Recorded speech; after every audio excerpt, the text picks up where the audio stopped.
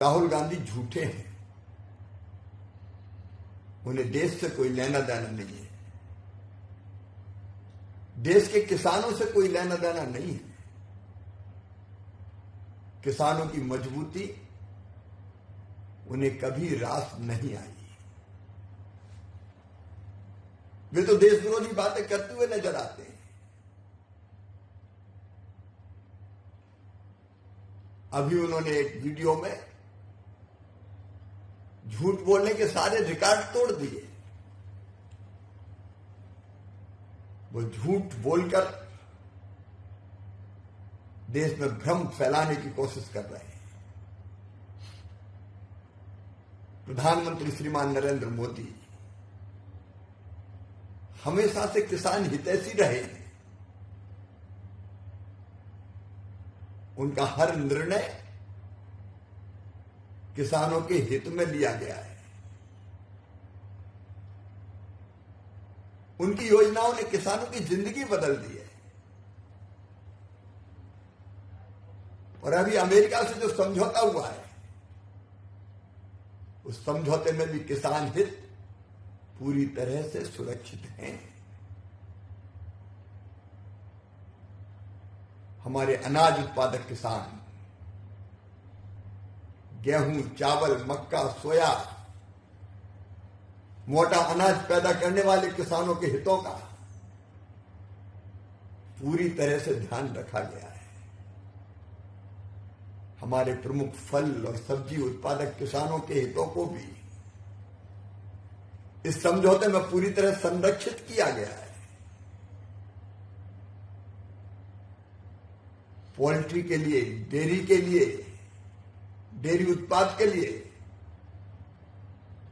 देश के दरवाजे नहीं खोले गए।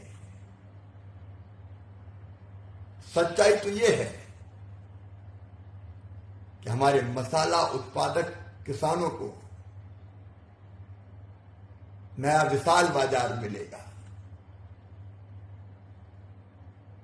मसाला, कॉफी, चाय, मरीन उत्पाद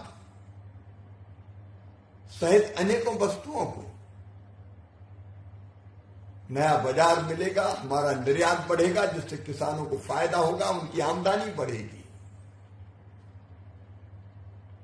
टेक्सटाइल के निर्यात से हमारे कपास उत्पादक किसानों को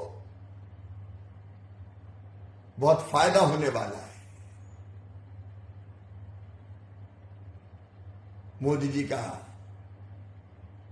हर निर्णय किसान के हित में है। राहुल जी झूठ बोलकर कभी किसानों का भला नहीं किया जा सकता।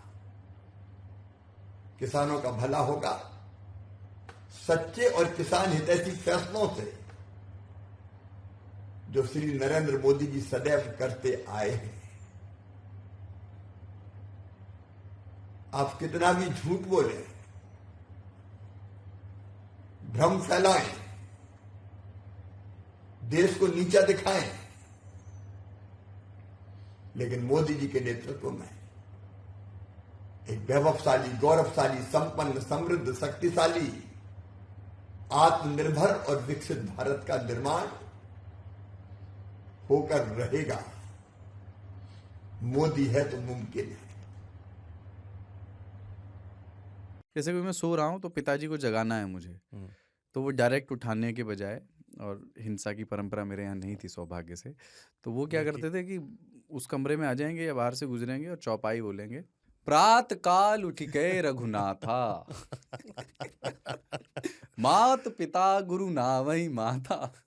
कभी कभी मैं गुस्से में उठ करके अरे पापा, जब चरण स्पर्श किया और सो गया, मैंने कहा अब मत उठाना।